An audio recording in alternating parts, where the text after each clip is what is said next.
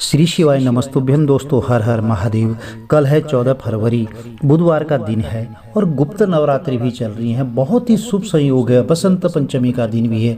बसंत पंचमी, गुप्त नवरात्रि और 14 फरवरी बुधवार का दिन, यह तीनों संयोग होने जा रहे हैं। बहुत ही शुभ संयोग, दुर्लभ संयोग बनने जा रहा है।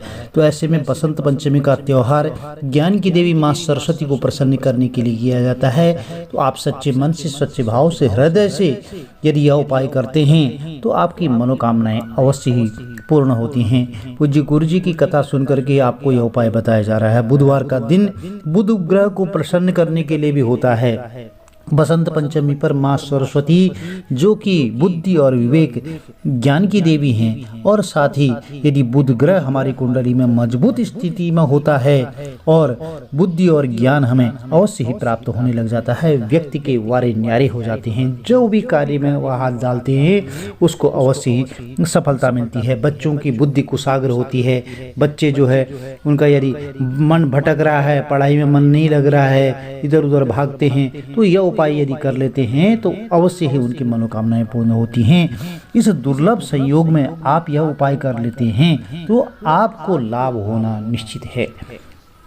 प्रिय भक्तजनों, यदि आप चैनल पर पहली बार आए हैं तो चैनल को लाइक कीजिए, शेयर कीजिए, सब्सक्राइब कीजिए, साथ में बेल आइकन अवश्य प्रेस कर दीजिए, जिससे कि आने वाली वीडियोज की नोटिफिकेशन आपको ठीक समय पर मिल सके। आज की वीडियो में जानेंगे मोर पंख का उपाय। मोर पंख के उपाय से आपको कैसे लाभ होता है, इसके बारे में आपको संपूर्ण सटीक जानकारी मिलने वाली है। वीडियो में अंत तक जरूर बनी रहिए। गुप्त नवरात्रि चल रही है, बसंत पंचमी का त्यौहार है। ऐसे में यदि आप मोर पंख का यह उपाय कर लेते हैं तो आपको माँ सरस्वती, ज्ञान जो विद्या की देवी हैं, वह अवश्य आपकी बुद्धि जो है, विवेक और ज्ञान का भंडार आपको देंगी। आपको मात्र एक मोर पंख लेना है और लेना है आपको एक चुटकी हल्दी पाउडर।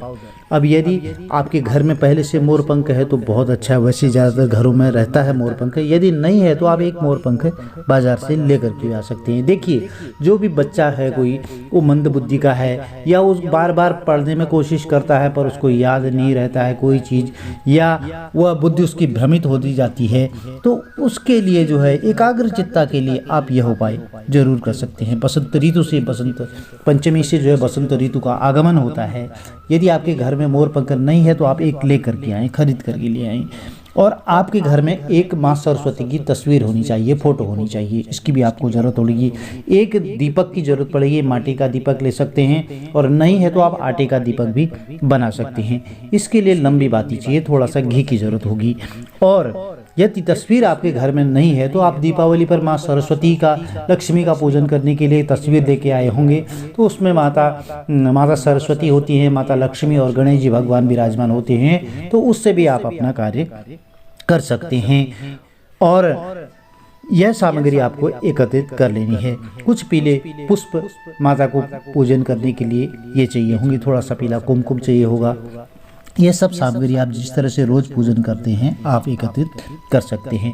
अब आपको क्या करना है, सुबह स्नान के बाद यदि आपके आसपास में कोई सरोवर, तालाब, कुंड है, गंगा नदी, पवित्र नदी है, तो माघ का महीना चल रहा है, गुप्त नवरात्रि भी चल रही हैं, ऐसे में आप स्नान करके आ सकते हैं। अन्यथा नहाने वाली बाल्टी में थोड़ा सा जल मिला करके, गंगा जल मिलाकर जो है गंगा मैया का भाव करते हुए आप स्नान कर सकते हैं। उसके बाद साफ स्वच्छ पीले वस्त्र धारण करें और एक माता की एक चौकी पर जो है माँ सरस्वती की तस्वीर, आसन बिछा करके एक तस्वीर विराजमान करें। उस पर जो है गंगा जल की छींटन कर दें और थोड़ा सा एक चुटकी हल्दी में थोड़ा सा शुद्ध जल मिला लीजिए और उसमें से पहले माता रानी को जो है कुमकुम से को तिलक कर दें, सरस्वती माँ को तिलक करें। फिर पंचोपचार, षोडशोपचार, जैसे आप पूजन करते हैं, जैसे आपके पास सामग्री है उस तरह से पूजन कर लें। यदि आपके पास तीनों का चित्र है, माँ सरस्वती वाला तस्वीर है और माँ लक्ष्मी वाली, गणेश जी वाली को, तीनों को तिलक जरूर कर दें। और तीनों को जो है अंकुर के चावल ये भी लगा दें।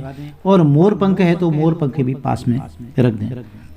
आपने पीले वस्त्र धारण कर लिए, फिर माता रानी के लिए गुड़ का भोग लगाएं।